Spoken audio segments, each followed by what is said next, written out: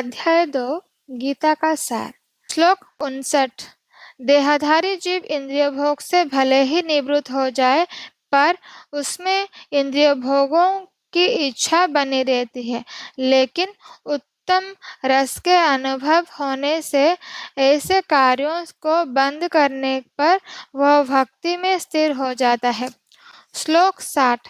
हे अर्जुन, इंद्रियां इतनी प्रबल तथा वेगवान है कि वे उस विवेकी पुरुष के मन को भी बलपूर्वक हर लेती है जो उन्हें वश में करने का प्रयत्न करता है। श्लोक 61।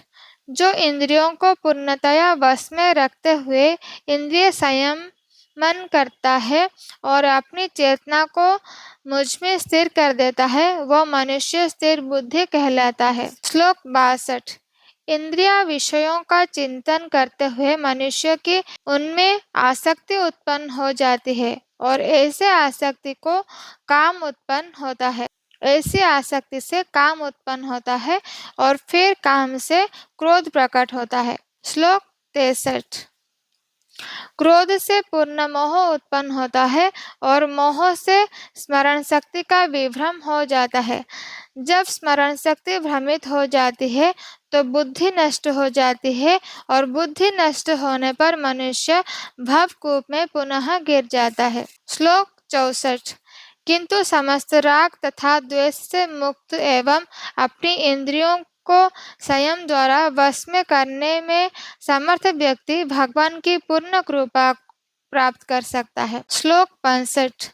इस प्रकार के कृष्ण भावनामृत में तुष्ट व्यक्ति के लिए संसार के तीनों ताप नष्ट हो जाते हैं और ऐसी तुष्ट चेतना होने पर उनकी बुद्धि शीघ्र ही स्थिर हो जाते हैं। श्लोक 66।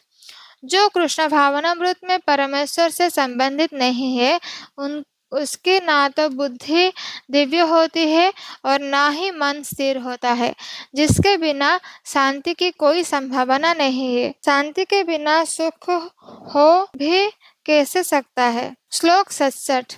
जिस प्रकार पानी में तैरती नाव को प्रचंड वायु बहा ले जाती है, उसी प्रकार विचरणशील इंद्रियों में से कोई एक जिस पर मन निरंतर लगा रहता है, मनुष्य की बुद्धि को हर लेती है। श्लोक 68।